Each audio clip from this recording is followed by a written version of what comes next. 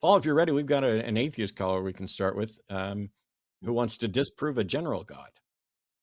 Well, let's do that. That's handy. Hello? Hey, Jeremiah is calling from Indiana. So you wanted to offer a disproof of a general God. When you say general God, are you talking about like the God of classic theism? What God are you talking about? Or category of God, Yeah, I so I guess. could I could define my terms for the proof if you'd like. Sure. Please. Yeah, so the terms are going to be God, magic, religious delusion, science, and evil. The definition I have for God is fundamentally an agency attribution bias, false perceived presence, connected to and possibly fundamentally the same as magic. I'm confused. Can you say that one more time? Yeah. I believe that God, in a general sense, is fundamentally an agency attribution bias, a false perceived presence. And I think that this is inherently connected to and possibly fundamentally the same as magic, and Okay. like cognitively speaking. Jeremiah, that's not a definition of God in any sense. When you define God as a false perceived presence, you have already poisoned the well of your argument by claiming that God is some delusion.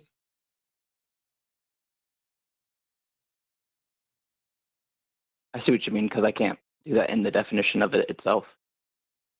Yeah, and you also started by saying it's fundamentally an agency attribution bias, which means you're not defining God, you're defining a thought, a concept within a particular brain. I don't know how you determine that. I mean, every bit of this is poisoning the well. When you say it's attribution bias, when you say it's a false perception, that's it. If I define unicorn, I don't define it by a fictional fantasy being. I say this is a unicorn is defined as a horse-like creature with a horn and magical abilities. Whether or not it's real or not is the entire point of the argument. Right. I guess an active agent that created and controls the universe would be a Okay. better definition.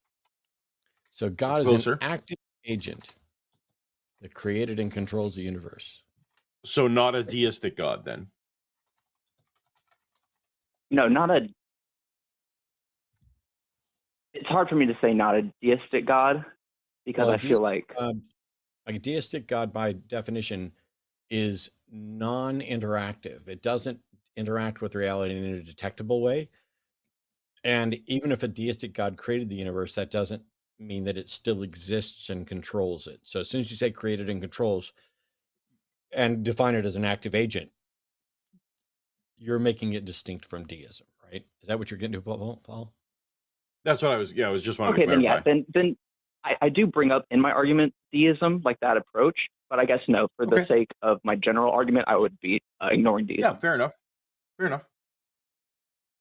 Carry on. Um, What useful thing do you have? should I continue defining magic, religious delusion, science, and evil, or should I just go into the proof? Well, I'm I'm happy for you to continue, but I will say that since we've already completely changed your definition of God from what you had before, I'm curious how any of the rest of it's still relevant. So keep going. Exactly, and I appreciate that a lot. This is very clarifying for me. Um, so magic I define as possibly indistinguishable from God, connected to woo, mystical and superstitious beliefs in the supernatural, immaterial, imaginary world. Yeah, that definition is just as bad as the first one, if not actually worse, because you've already said it's magic to say it's possibly indistinguishable from God. I mean, connected to woo. I mean, you're using dismissive jargon again instead of saying something like magic are those proposed events that do not appear to have any natural explanation. That's as the kind of the bare bones simplest thing, but everything about your definition is already tied to woo and God and how is magic relevant to your how do you disprove that there's an active agent created and controlled the universe? I don't understand why magic's even relevant. That's a great question. I was thinking that when it comes to magic, people who or the belief that there is something like ethereal under the surface that is unexplained in a way that is different from the material, different from the observable, like the connection, the set of rules that underlie reality that can't be perceived by humans as distinct from, I guess, like the real world. It's so I like that you're really grinding me on this because it's hard for me to define it. But I do feel like there's some sort of, because obviously they reinforce one another. God reinforces the idea of magic, and often magic reinforces the idea of God. So I feel like Uh, cognitively, the no, idea of sorry, go ahead.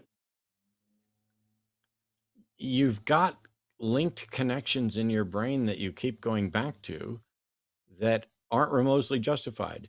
Is it possible that there's an active agent God that created and controlled the universe, and that there still is no such thing as magic? Is that possible?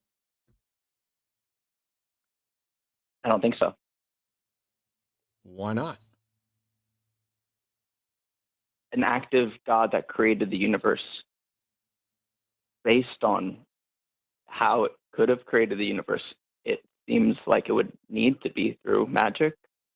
Really? How did you determine that this active agent that created a universe needs to use magic? Because of the first cause argument and the idea that all complex things emerge out of simplicity.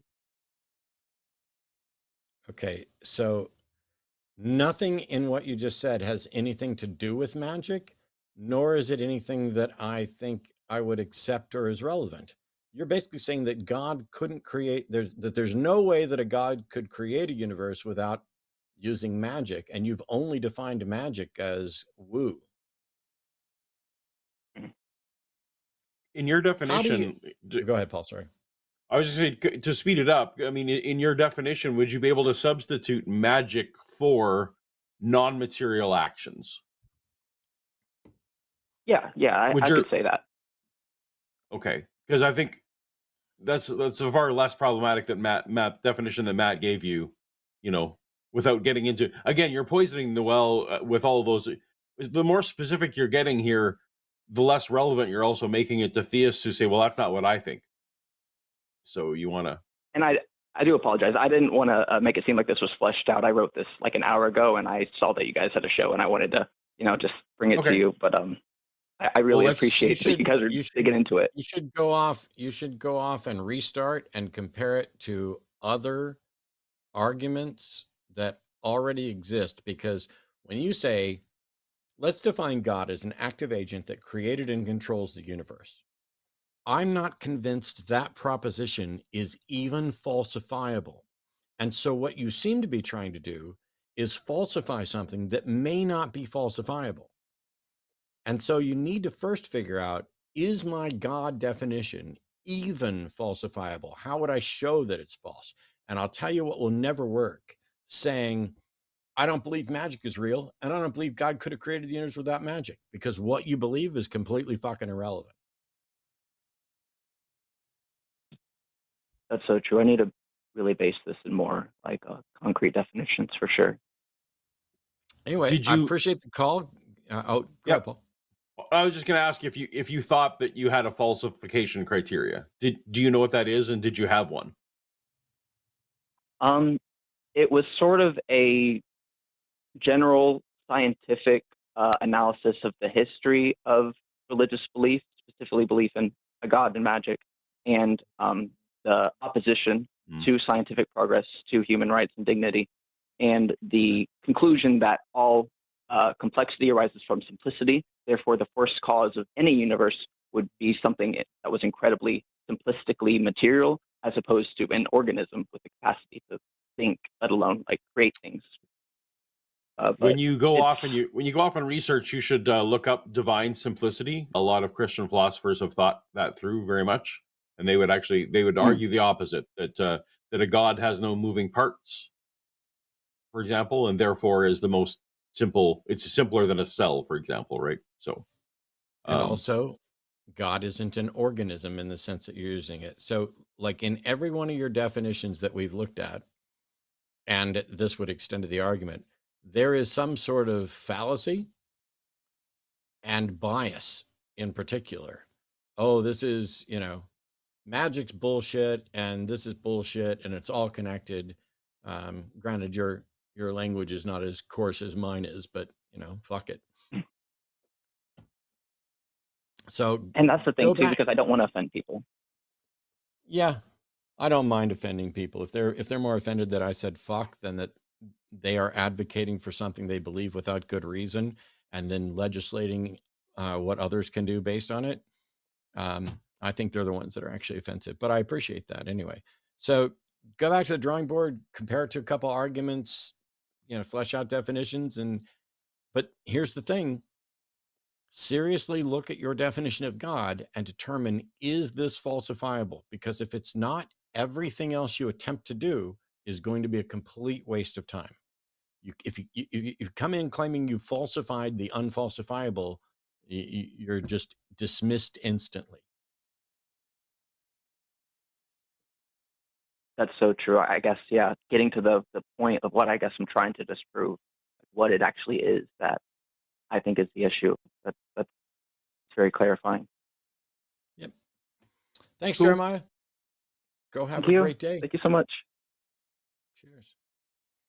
That's a difficult thing. And I can appreciate that because, early on, when I figured out I didn't have a good reason to believe, that doesn't mean that you have a good reason to actively disbelieve.